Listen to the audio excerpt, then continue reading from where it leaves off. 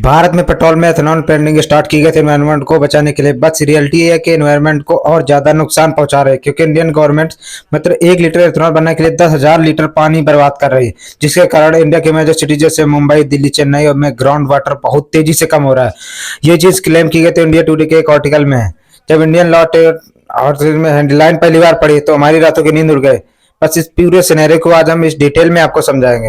Ethanol का future Bharat में कैसा होगा, इसकी पूरी एक रियलिटी बताएंगे। देखो, भारत में एथेनॉल बनता है शुगर के में से, चावल से, जिसने गवर्नमेंट में साल 2024-25 में 52 lakh ton of rice allocate किया फॉर एथेनॉल प्रोडक्शन एंड 2025-26 के लिए ये टारगेट 90 लाख टन का जो थारा प्रैक्टिकल लग रहा है, क्योंकि 1 लीटर एथेनॉल को बनाने के लिए 3 किलो राइस यूज होता है और 3 किलो राइस यूज होने के लिए 10,000 लीटर पानी यूज होता है। अगर इसे कंपेयर किया जाए मेज से, तो यहाँ 1 लीटर एथेनॉल बनाने के लिए सिर्फ 4,600 लीटर पानी यूज होता है और शुगर केन से एथेनॉल बनाने के सिर्फ 3,600 यूज होता है।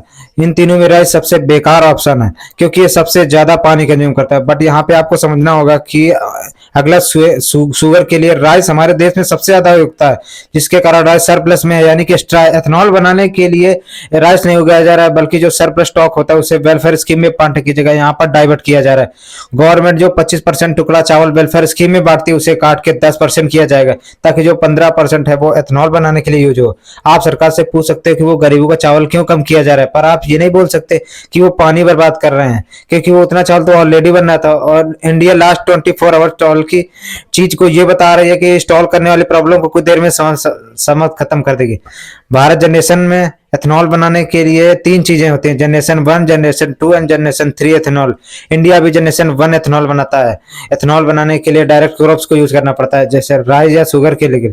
पर जनरेशन 2 में एथेनॉल बनाने के लिए क्रॉप्स के वेस्ट को यूज किया जाता है, मक्के के छिलके, धान के स्ट्रॉस, मतलब खाना वेस्ट नहीं होगा एंड किसी का भी फ्री वेलफेयर कट नहीं किया जाएगा। और ये प्रोसेस भारत में ऑलरेडी शुरू हो चुका है।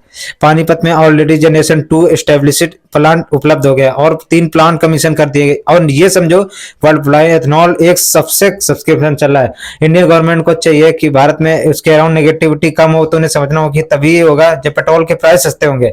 और ब्लेंड करके लोगों की गाड़ियां खराब करके उनसे एक्सपेक्ट नहीं कर सकते कि वो आपको सपोर्ट करेंगे या बिना रिटर्न में कुछ मिले। आपकी इस वीडियो में कोशिश की है कि आपको एथेनॉल के फ्यूचर को समझने समझा पाए बिना किसी प्रोपेगेंडा के। इस वीडियो को सबसे पहले शेयर कीजिए और ये शेयर करो।